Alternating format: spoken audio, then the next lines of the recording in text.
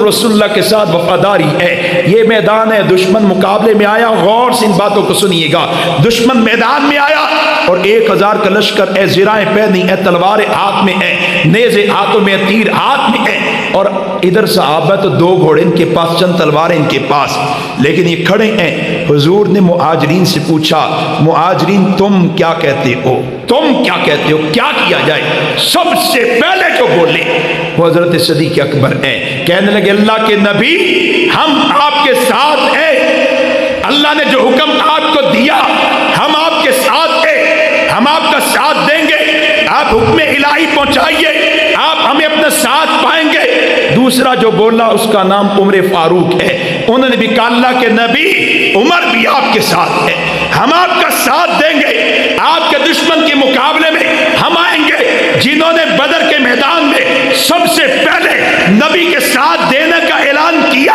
اللہ نے آج تک ان کو نبی کے ساتھ رکھا ہوا ہے کہ یہ وفادار ہیں، پہلے آئے ہیں، اور دونوں میں پہل کرنے والے صدیق، اللہ نے حضور کی قربت صدیق کو پہلے دی، پھر عمر، تو اللہ نے عمر کو حضور کی قربت اس کے بعد دی۔ جنہوں نے خدا کی قسم، موضوع لمبا ہو جاتا ورنہ میں چھیڑ دیتا، تو جنہوں نے بھی سرکار کے ساتھ وفاداری کی ہے اللہ نے ان کو نوازا ہے۔ اس سے بڑھ کر کیا نوازنا کہ ابو بکر کو اپنے ساتھ سلا لیا، عمر کو اپنے ساتھ سلا لیا، بدر کے میدان میں اظہار وفاداری کرنے والوں کو سلا دیا، قیامت تک کے لیے اپنا ساتھ عطا کر دیا۔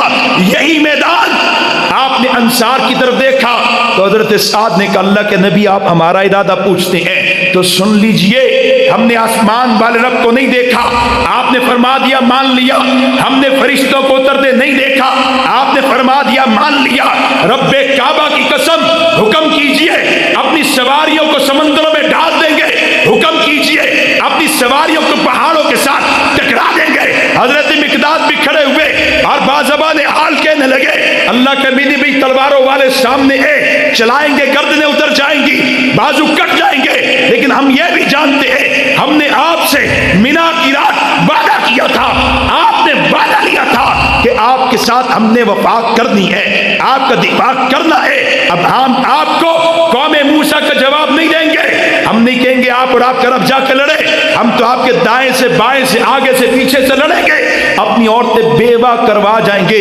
بچہ یتیم چھوڑ جائیں گے، لیکن آپ کے ساتھ بے وفائی نہیں کریں گے۔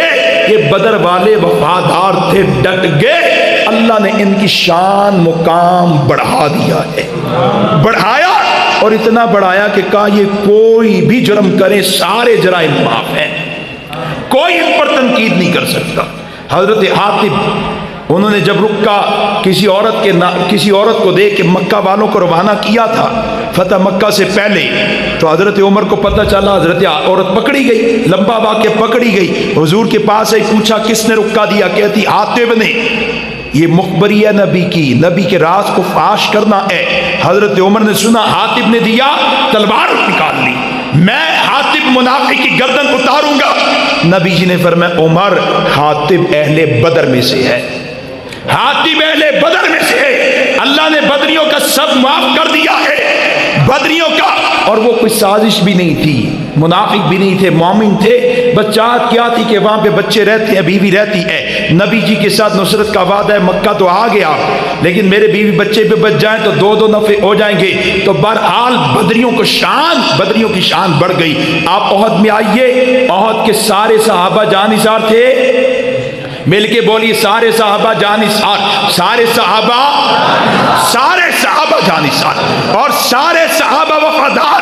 یہ احد کے میدان میں آئے اور نبی سے پوری جانثاری کا اظہار کیا، وفاداری کا اظہار کیا۔ آج بڑے کھڑپیائی دماغ پیدا ہو گئے ہمارے لاہور میں، ایک ادارے کے اندر مولویوں کو بلایا گیا، مولویوں کو، بڑے غور سے اس بات کو سن لیجیے، مولویوں کو اکٹھ ہوا، مولویوں کا کالوں کے ساتھ، اور پیچھے بینر پہ کیا لکھا ہے، وحدت امت، اور دعوت کیا ہے، وحدت امت۔ انا للہ، مولوی صاحبان بیٹھے ہیں اور کس کو امت میں شامل کروانے کے لیے آئے ہیں، جو حضور کے گھر کی عزت پر حملہ کرتا ہے۔ مجھے کس نے کہا کہ تم ان کے ساتھ کیوں نہیں ملتے، میں کہ یار میرا مزاج نہیں ملتا، میرے ایمان گوارا نہیں کرتا۔ کیا مطلب؟ میں نے کہا یار بس ایمان نہیں مانتا نا. کہنے لگا یار بڑا فائدہ ہے, انہوں دے بندے کلیدی عہدیاں تے انہوں کو کم کਢا سکتے ہو, کم کਢا سکتے ہو. میں نے کہا نہیں ملنا. کہتا دیکھو یار سرکار دی ختم دا مسئلہ ہے. میں نے کہا یار مجھے ایک بات بتاؤ, سرکار کی ختم کی بات ہے اور میں نہیں ملتا کہ حضور کی زوجہ سیدہ عائشہ صدیقہ پر کسی نے تہمت لگائی ہے, حضور کی عزت پر حملہ, کسی نے ان کو کہا ان کی بیوی پر تہمت, میری بیوی پر تہمت لگائی, تو کیا ملی صاحب پر تہمت نہیں ہے؟ ملی صاحب کی عزت پر حملہ نہیں, میری عزت پر حملہ نہیں. بیوی پر تہمت لگانا یہ بندے کی شوہر کی عزت پر حملہ ہے. اتنی موٹی بات ہمیں سمجھ نہیں آتی کہ حضور کی زوجہ پر حملہ کرنا یہ حضور کی عزت پر حملہ ہے, حضور کے گھر پر حملہ ہے. میں نے کہا مجھے موٹی سی بات بتاؤ. میں نے تمہیں کہا نہیں ملنا, اور فرشتوں نے سن لیا اور لکھ لیا کہ مولوی منیر کہتا ہے کہ حضور کی عزت پر جس نے حملہ کیا, حضور کی زوجہ کی عزت پر حملہ کیا, میں اس کے ساتھ نہیں مل سکتا. اور فرشتہ یہ میرا عمل لے کے حضور کے دربار میں پہنچا. کہنے لگا اللہ کے نبی آپ کے دین کی بات ہے, لیکن یہ مولوی منیر کہتا ہے کہ بات حضور کی زوجہ کی ہے, سید عائشہ کی عزت کی ہے, میں نہیں مل سکتا. میں نے کہا سچی بتانا حضور مجھ سے راضی ہوں گے ناراض؟ کہتا حضور تو راضی ہوں گے. میں نے کہا بس پھر مجھے حضور کو راضی کرنے دو, حضور راضی ہوں گے تو حضور کو راضی کرنے دو. شیخین جو ساتھ سلائے, کریمین جو ساتھ سلائے, مجھے انہی کو راضی کرنے دو. مجھے سجے کھبے نہ لے کے جاؤ. یہ گجرا والا میرے دوست ہے کچھ علماء, چند دن پہلے میں وہاں گیا تو ایسی بات ہوئی وحدت امت کی. نعرے تکبیر, نعرے تکبیر, تاجدار ختم نبوت, ثنا خوان مصطفیٰ. ویسے میں نعرہ لگواتا نہیں ہوں, حضور کا تذکرہ کرتا ہوں, لیکن آج مجلس کا ادب باقی رہا تو میں نے کہا مولانا کی شان اونچی ہے تو میں نعرہ لگواؤں, تو اس لیے میں نے خود نعرہ لگوا دیا ہے. توجہ کرنا. مجھے ساتھیوں نے کیا کہا, کہنے لگو جی وحدت, او جی تسی وہ وحدت کے خلاف کیوں, وحدت کے خلاف کیوں؟ میں کہ میں تو وحدت امت کے خلاف ہوں. بھائی عیسائی کو کیسے ہم اسلام میں شامل کر دیں, ہندو کو کیسے لے آئیں, مرزائی کو کیسے امت میں شامل کریں؟ وہ تو خود امت سے نکلے ہوئے, میں زبردستی پھاڑ پھاڑ کے لے آواں نہ یار تو امت سے شامل ہو جا. کہنے لگے نہیں نہیں مطلب وہ نہیں ہے کہ ہم ان کو مسلمان سمجھتے ہیں. میں نے کہا پھر؟ کہنے لگے قومی وحدت کا مسئلہ ہے. میں نے کہا ہاں یہ ٹائٹل ٹھیک ہے, قومی وحدت کا مسئلہ ہے. تو اشتہاروں پہ چھاپو قومی وحدت, پیچھے لکھو قومی وحدت, اور پھر میرا اگلا مطالبہ کیا ہوگا, تم نے مجھے بحیثیت دیوبندی بلا لیا, ان کو بحیثیت بریلوی بلا لیا, ان کو بحیثیت اہل حدیث بلا لیا, ان کو بحیثیت جماعت اسلامی بلا لیا, اس کو بطور شیعہ بلا لیا. تو میں نے کہا پھر عیسائی کا کیا قصور ہے, وہ قوم میں شامل نہیں, انہوں بھی اتنے چاڑو. ہندو نو بلاؤ, عیسائی نے بلاؤ, یہودی نے بلاؤ, سکھ نے بلاؤ. بھئی جتنے بھی اس قوم میں موجود ہیں, پاکستان میں جتنے بھی لوگ موجود ہیں, آپ سب کو نمائندگی دے تاکہ قومی وحدت ذرا مضبوطی سے شو ہو. یہ قومی وحدت نہیں ہے, یہ صرف منافقت ہے, کفر کو اسلام میں داخل کرنے کے ہیلے بہانے ہیں, سازش ہے. اس سازش کو پوری قوت کے ساتھ ناکام بنانا ہر ایک فرد مسلم کی ذمہ داری ہے, ہر ایک فرد مسلم کی ذمہ داری ہے. اس کی پاداش میں کچھ بھی ہو جائے, جان چلی جائے, خدا کی قسم یہ جان جانا نفع کا سودا ہے. وقت تو پہلے کوئی نہیں رکنا, وقت تو پہلے کوئی نہیں رکنا, رک جانا ہے وقت پہ, قربان جائیں اگر حضور کی عزت کے لیے رکے. اگر حضور کی زوجہ کی عزت کی خاطر ہمارا سانس رک جائے تو اور کیا چاہیے, حضور کے اصحاب کی عزت کی خاطر سانس رک جائے تو اور کیا چاہیے. تو بہرحال قومی وحدت دجل ہے صرف. اور دیکھو نقصان کیا ہوا, مولوی صاحبان جبے کبے پہن کے بیٹھے ہوئے ہیں, اور ایک بندہ آیا صحافی, کیا نام اس کا, مظہر بکواس, مل کے ڈر دے ہو یار, میں مولوی میری ویڈیو بندی پئی ہے, میں نہیں ڈردا, تم ڈر دے ہو. مظہر وہ جو صحابہ کو بھونکے, اس کو آپ اس کے بارے میں رد نہیں کر سکتے. مولوی سارے بیٹھے ہیں اور اس کی تقریر آپ سنیں. میں تقریر سنتا نہیں ہوں, ویڈیو تقریر سنی نہیں جاتی, لیکن کس نے کہا دیکھو یار کیا بکواس کر گیا, اور کس انداز سے کہتا ہے مسلمانوں کو مال نے بڑا نقصان پہنچایا ہے, مال کی لالچ نے بڑا نقصان پہنچایا ہے. اور چلتے چلتے کہتا ہے احد میں بھی تو مال کی لالچ ہی نے تو نقصان پہنچایا تھا, مال کی حرص نے تو نقصان پہنچایا تھا. سرکار نے فرمایا کسی عالم کے سامنے صحابی کی, میرے صحابی کی عزت پر حملہ کیا جائے اور وہ عالم دفاع نہ کرے تو اس پر خدا کی لعنت ہو. خدا کی لعنت ہو، سارے بیٹھے ہیں، کیا ہو جانا تھا اگر کوئی مولوی صاحب کھڑے ہو کے دفاع کرتے؟ کیا کیا وہ ٹوٹنی تھی؟ وہ صحابہ پہ طنز کر گیا، اعتراض کر گیا، وہ انتشار پھیلا گیا، جھگڑے کی بنیاد رکھ گیا، اور ہم حق کی بات نہ کریں، حق کی بات نہ کر پائیں۔ اور وہ واقعہ کیا ہے؟ وہ سل پہاڑی پر حضور نے فرمایا یہ 50 سوار صحابی یہاں کھڑے ہو جائیں۔ دیکھو یہ بات کو کس انداز سے پیش کرتے، تعبیر کیا کرتے ہیں۔ حضور نے فرمایا سل پہاڑی پر کھڑے ہو جاؤ، جب تک میرا حکم نہ آئے نیچے نہیں آنا۔ صحابہ نے کہا لبیک، کھڑے ہو گئے، ڈٹ گئے، اور دشمن کو شکست ہوئی، دشمن بھاگ گیا۔ تو اب ان دونوں کا اختلاف ہو گیا، بڑے غور سے اس بات کو سنیے گا، دونوں کا اختلاف ہوا، دو گروہ ہوئے، دونوں کے اختلاف۔ ایک گروہ نے کہا سرکار نے فرمایا یہی رہنا جب تک میرا حکم نہ آ جائے۔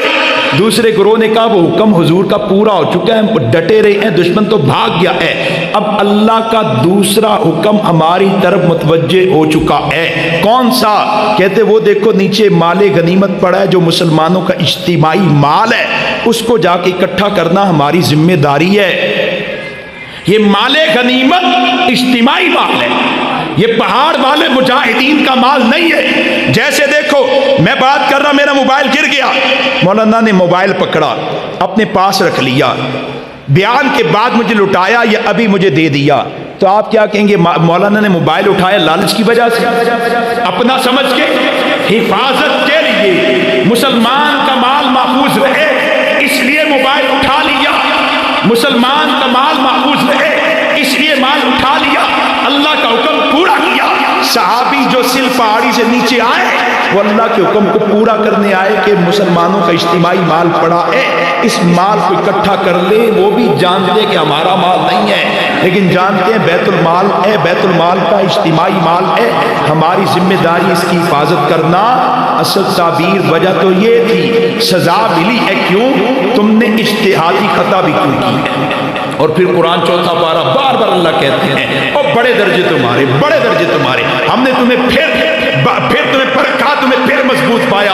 لیکن رب جن کی اجتہادی خطا بھی معاف کر دے، جن کے درجات کی بلندی کا اعلان بھی کر دے، جن کی عظمتوں کا اعلان کر دے، اور یہ صحابی صاحب آ کے پھر ان کی عظمتوں پر حملہ کرتے ہیں، اور پھر ٹی وی پہ آ کے ایک اور مولانا صاحب کہتے تو معافی مانگ، وہ کہتا جی میں غلطی نہ کہت کا سی، تو غلطی نہ کری، اپنی ماں دے بارش کیوں نہیں کیا، اپنی دھی دے بارش کیوں نہیں کیا، اپنی بہن دے بارش، بیوی دے بارش کیوں نہیں کیا؟ خدا کی قسم ساری کائنات کی عزتیں صحابی کے جوتے کی خاک کے برابر نہیں ہو سکتی۔ تمہیں صرف صحابی رہ گئے، اور یہ کیوں ہو رہا ہے؟ ہماری ڈھیلیں ہیں، یہ ہماری ڈھیلیں ہیں۔ مجھے بھی یہ نارنگ منڈی میں پچھلے دن بیان کرنے آئے تو گھر میں بیٹھے تو مجھے ایک مولانا صاحب نے کہا کہ وہ جی اتحاد کی دعوت ہے۔ میں نے کہا حق و باطل کا اتحاد ہو ہی نہیں سکتا۔ اور جی امت کو اعتدال پر چلاؤ، بھئی اعتدال کی دعوت کون دے گا؟ اعتدال کا معیار کون طے کرے گا؟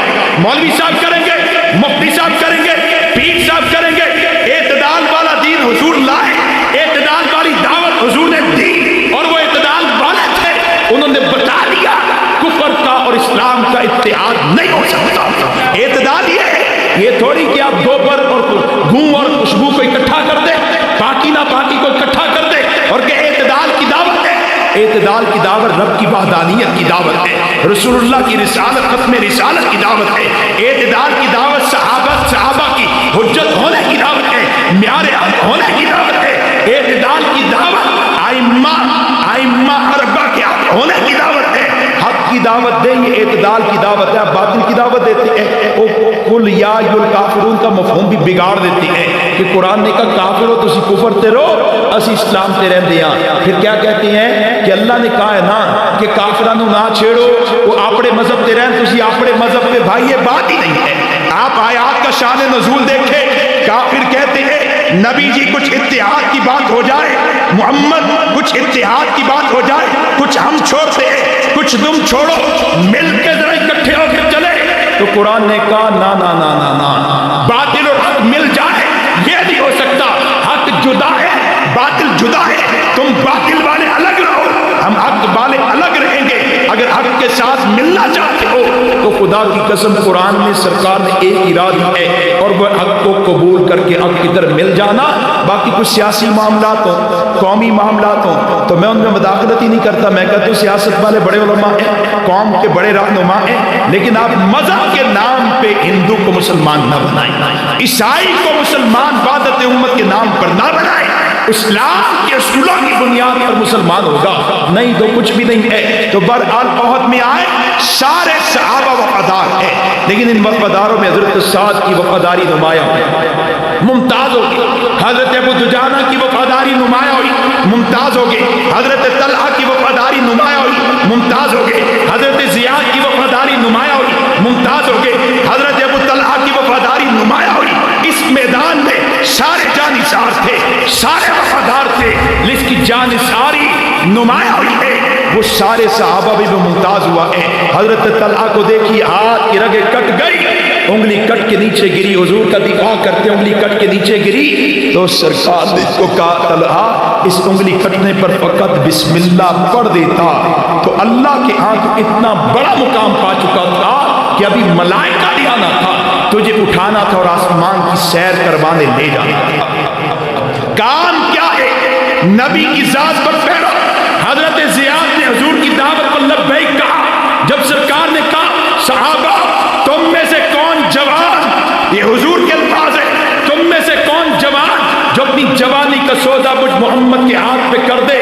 حضرت زیاد کھڑے ہوئے تھے، دشمن کے مقابلے میں آئے، گرے، شہید ہو گئے، گرے، زخموں کی تاب نہ لائے، گر گئے. حضور نے فرمایا اس دیوانے کو اٹھاؤ میرے پاس لاؤ. صحابہ نے زیاد کو اٹھایا، حضور کے پاس لائے، فرمایا میرے قدموں میں ڈال دو. خدا کی قسم حضرت زیاد کو حضور کے قدموں میں ڈالا گیا. زیاد کا سر حضور کے قدموں میں اور زیاد کی روح اللہ کے پاس پہنچی ہے. یہ شرف ملا وفائے پیغمبر کی وجہ سے، امتیاز ملا نبی کے دفاع کی وجہ سے. اسی میدان میں حضرت سعد نبی پر پہرا دے رہے ہیں. حضور اپنا تیر اٹھا کے سعد ابن ابی وقاص کو دیتے ہیں، پھر تیر اٹھا کے سعد ابن ابی وقاص کو دیتے ہیں اور فرماتے یا سعد علمی اے جانثار پیارے سعد میری حفاظت کر، میرے دشمن پر تو تیر چلا.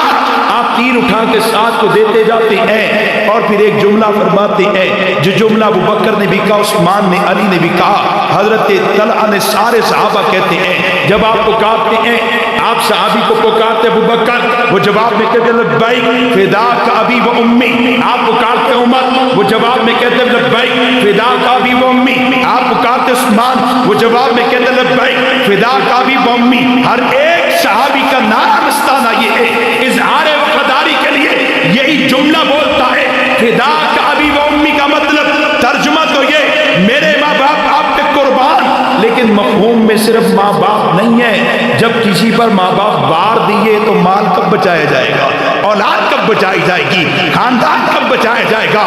یہ عرب جملہ بولتے ہیں جب کسی پر سب کچھ بار دینا چاہتے ہو، بیوی بھی، اولاد بھی، خاندان بھی، جان بھی، مال بھی، تعلقات بھی، سبھی بار دینا چاہتے ہو. صدیق بھی کہتے سبھی کچھ حاضر حکم کیجئے. سب پر فدا، عمر بھی، عثمان بھی، علی بھی، ہر ایک صحابی کہتا ہے. لیکن سعد جانثار نبی کے دشمنوں پر تیر چلاتے ہیں. حضور فرماتے یا سعد ارمی، اے سعد میرے دشمنوں پر تو تیر چلا. فداک ابی و امی، تجھ پر محمد الرسول اللہ کے والدین قربان ہو جائے، تجھ پر محمد الرسول اللہ کی اولاد قربان ہو جائے، تجھ پر محمد الرسول اللہ کی ازواج قربان ہو جائے، تجھ پر میرے اصحاب قربان ہو جائے، مال قربان ہو جائے، خاندان قربان ہو جائے اور تجھ پر خود محمد بھی قربان ہو جائے.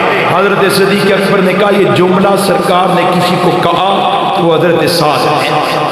حضرت علی نے بھی کہا یہ جملہ حضور نے کسی کو کہا تو وہ سعد ہے. سعد جانثار ہے، سعد ممتاز ہوئے وفاداری کی وجہ سے، پیغمبر کے دفاع کی وجہ سے. حضرت عبداللہ ابن حضرت محمد مسلمہ ممتاز ہوئے سرکار کی عزت پر پہرا دینے کی وجہ سے. عبداللہ ابن عتیق ممتاز ہوئے سرکار کی عزت پر پہرا دینے کی وجہ سے. عمیر ابن عدی ممتاز ہوئے سرکار کی عزت پر پہرا دینے کی وجہ سے. آپ بدری صحابہ کو لیں، آپ جنگ احد والوں کو لیں، آپ خندق والوں کو لیں، آپ مسیلمہ کذاب کے خلاف جانے والوں کو لیں، وہ صحابہ بھی ممتاز ہو گئے سرکار کی ختم نبوت پر پیرت کی وجہ سے. اللہ کی قسم اگر آج بھی ہم سرکار کی عزت ختم نبوت پر پیرا دے جائے تو یہ ہماری ذمہ داری بھی ادا ہو جائے اور ہمیں سعادت بھی مل جائے، ذمہ داری بھی ادا ہو، سعادت بھی مل جائے۔ یہ باتیں چھوڑ دے کہ کوئی مستحب درجے کا کام ہے، ختم نبوت کا دفاع کوئی مستحب درجے کا کام ہے، یہ سرکار کا حق ہے۔ اور حضور کے تمام حقوق میں ایمان کے بعد، غور سے سنیے گا، 2-3 منٹ میں بات ختم کرنے لگا ہوں، ایمان کے بعد نبی کا حق امتی پر سب سے بڑا نبی کے ساتھ وفاداری، نبی کی عزت، نبی کے مقام کا دفاع ہے۔ ایک بیٹا ماں کو پھل دیتا، جوتے دیتا، کپڑے دیتا، دوائی لا کے دے، لیکن ماں کی عزت پر حملہ و دفاع نہ کرے تو کیا ماں راضی ہو جاتی ہے؟ دوسرا بیٹا جوتا کپڑا پھل نہ دے سکے لیکن ماں کی عزت پر پیرا دے جائے، ماں راضی ہوگی کہ نہیں؟ کہے گا اے میری عزت، کہے گی یہ میری عزت کا رکھوالا ہے، اس نے میری عزت کا دفاع کیا ہے۔ اور دوسرے کہے گی کہ تو میرا بیٹا ہی نہیں ہے، وہ لاکھ چیخے ماں جوتے کپڑے پھل دیے میں تیرا بیٹا نہیں، ماں کہے گی ساری خدمات تھیں لیکن بیٹا مجھے اپنی عزت سے پیاری کوئی چیز نہیں ہے، تو نے عزت پر پیرا نہیں دیا، اس نے میری عزت پر پیرا دیا ہے۔ ایک عام عورت کو اپنی عزت اتنی پیاری ہے تو سرکار جن کی عزت ہی حقیقی عزت ہے ان کو اپنی عزت کتنی پیاری ہوگی؟ یہ حق ہے، ماں نہیں پوچھتی میری عزت پر پیرا دینا فرض تھا، واجب تھا، مستحب تھا، کس درجے کی دے کی تھی؟ ماں کہتی بیٹے میرا حق ہے میری عزت پر پیرا دینا۔ اللہ کی عزت کی قسم مولوی منیر عقیدے کی بات کر رہا ہے، سرکار کی عزت پر پیرا دینا، سرکار کی ناموس پر پیرا دینا، سرکار کی ختم نبوت پر پیرا دینا یہ امتی کے ذمہ نبی کا حق ہے اور بڑا حق ہے۔ اور اللہ نے معاشر میں اس حق کے بارے میں پوچھنا بھی ہے کہ اپنا محبوب دیا تھا ان کے ساتھ کتنی وفاداری کر کے آئے ہو۔ آج بھی صحابہ تھے، حضور نے صحابہ سے کہا تم نے مجھ سے وفا کرنی ہے، اگر آج حضور آ جائیں تو اللہ کی قسم حضور آج امت کو کہیں گے تم نے مجھ سے وفا کرنی ہے۔ ہمیں کہیں گے کون ہے جو مرزائیوں کے مقابلے میں آ جائے، کون ہے جو میری عزت پر پیرا دے، تم میں کون ہے جو میری ذات کی حفاظت کرے؟ سرکار ہمیں کہیں گے ہم سرکار کی امتی ہے، ہم سرکار کے غلام ہیں، ہم سرکار کے نوکر ہیں، ہم اقرار کر کے جاتے ہیں اللہ ہم آج اقرار کر کے جاتے ہیں تیرے نبی کی عزت پر پیرا دینا، تیرے نبی کی ختم نبوت پر پیرا دینا، تیرے نبی کی مقام پر پیرا دینا ہماری ذمہ داری ہے، ہمارے ذمہ تیرے نبی کا بڑا حق ہے اور ہم اعلان کر کے جاتے ہیں آج کے بعد سرکار کے اس حق کو پورے طور پر ادا کرنے کی کوشش کریں گے دوستو۔ حضور کے اس حق کی وجہ سے وقت مانگا جائے دے دو گے؟ آج بھی دے دو گے؟ پورا پروگرام سن لو گے اور پھر گھروں میں جا کے ختم نبوت کا اعلان کرو گے، پیغام پھیلاؤ گے؟ مال مانگا جائے دے دو گے؟ اور چھوٹی نیتیں، مال مانگا جائے، مانگنے کی نوبت کیوں آئی؟ ہم آج یہ کہہ کے جائیں گے اللہ جان تیرے نبی کے نام، مال تیرے نبی کے نام، وقت تیرے نبی کے نام، آل تیرے نبی کے نام، خاندان تیرے نبی کے نام، اپنے تعلقات تیرے نبی کے نام اور اپنی جان تیرے نبی کے نام کر رہے ہیں اور ابھی سے کر رہے ہیں۔ کرتے ہو دونوں ہاتھ کھڑے کر کے اظہار کر دو کرتے ہو۔ رب کو یہ ہاتھ اٹھے ہوئے آج بڑے پسند آئیں گے چونکہ رب کے محبوب کے ساتھ اظہار وفاداری ہے، اور ابھی سے شروع ہو جائیں اور جائیں گھر محلے میں، دکان پہ، بازار میں، جہاں کہیں جائیں اور ختم کا پیغام پھیلاتے رہیں، نعرہ لگاتے رہیں۔ کون سا نعرہ؟ تاجدارے ختم نبوت، تاجدار ختم نبوت، تاجدار ختم نبوت، تاج و تخت ختم نبوت، محمد عربی کی ختم نبوت، محمد مصطفیٰ کی ختم نبوت، احمد مجتبیٰ کی ختم نبوت، مکی کی ختم نبوت، مدنی کی ختم نبوت، بدر والے کی ختم نبوت،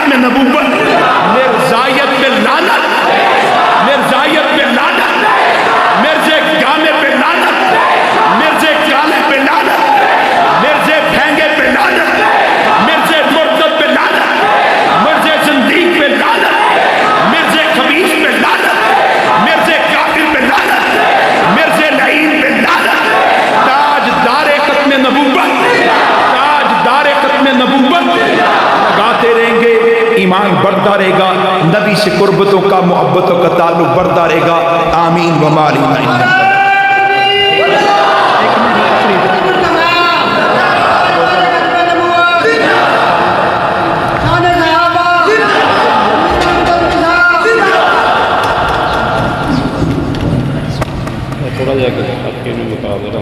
بھئی یہ ہمارے بہت ہی مخلص ساتھی ہیں، جناب محسن آرٹر صاحب، مولانا عبدالرحمن صدیقی صاحب کے صاحبزادے ہیں، مولانا سید الفیض الحسین شاہ صاحب کے شاگرد ہیں۔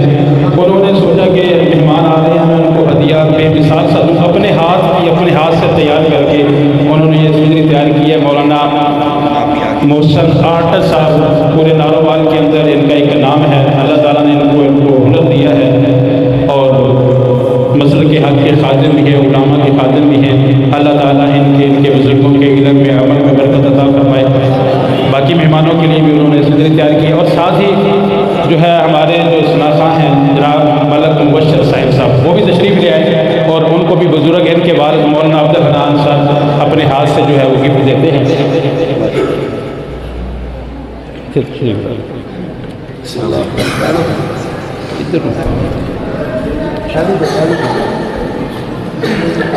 ماشاءاللہ جی، ملک مبشر صاحب علوی صاحب، ان کے لیے محسن آرٹر صاحب نے یہ اپنے ہاتھ سے ایک محنت کر کے ختم نبوت کے حوالے سے حضور صلی اللہ علیہ وسلم کی ذات پہ کتنی دفعہ درود شریف لکھا ہے۔ اللہ تعالیٰ ان کو حضور صلی اللہ علیہ وسلم کی شفاعت نصیب فرمائے، اور آپ تمام حضرات کو بھی حضور کی شفاعت نصیب فرمائے۔ اور جو ہمارے دوسرے اگلے مہمان ہیں ان کو انشاءاللہ وہ آئیں گے تو ان کو بھی یہ گفٹ ان کو پیش کیا جائے گا۔ تمام حضرات تشریف رکھیں۔ اب آپ حضرات کے سامنے جو ہے اب نعت ہوگی، اس کے بعد انشاءاللہ مفتی صاحب تشریف لے آئیں گے۔ تو اب میں بلا تاخیر دعوت دیتا ہوں دور دراز سے تشریف لائے ہوئے اپنے مہمان، بڑا لمبا سفر کر کے تشریف لائے، اور دن رات جو ہے وہ صحابہ حضور صلی اللہ علیہ وسلم کی طریف، صحابہ کی طریف اللہ کی حمد بیان کرتے ہیں۔ اللہ تعالیٰ ان کے عمر میں، علم میں برکت عطا فرمائے، اور پھر شاعر جو ہوتے ہیں ان کا بھی ایک اپنا دین کی مضبوطی میں ایک حصہ ہوتا ہے صحابہ کے دفاع کے لیے، اور وہ بھی اب میں بلا تاخیر دعوت دیتا ہوں جناب محترم ملک مبشر صاحب علوی صاحب کو تشریف لائیں اور اپنا کلام پیش کریں۔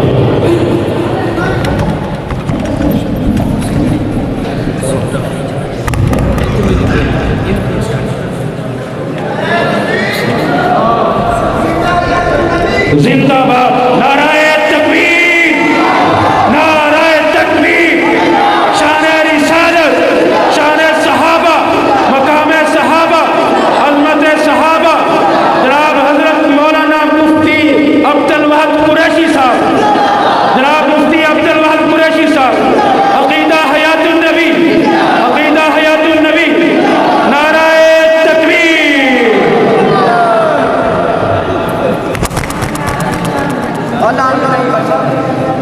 بھئی یہ ایک اعلان سن لیں، 19 نومبر بروز ہفتہ بعد نماز عشاء جامعہ مسجد فروغ اعظم گوتا فتح گڑھ کے اندر ایک عظیم الشان کانفرنس ہو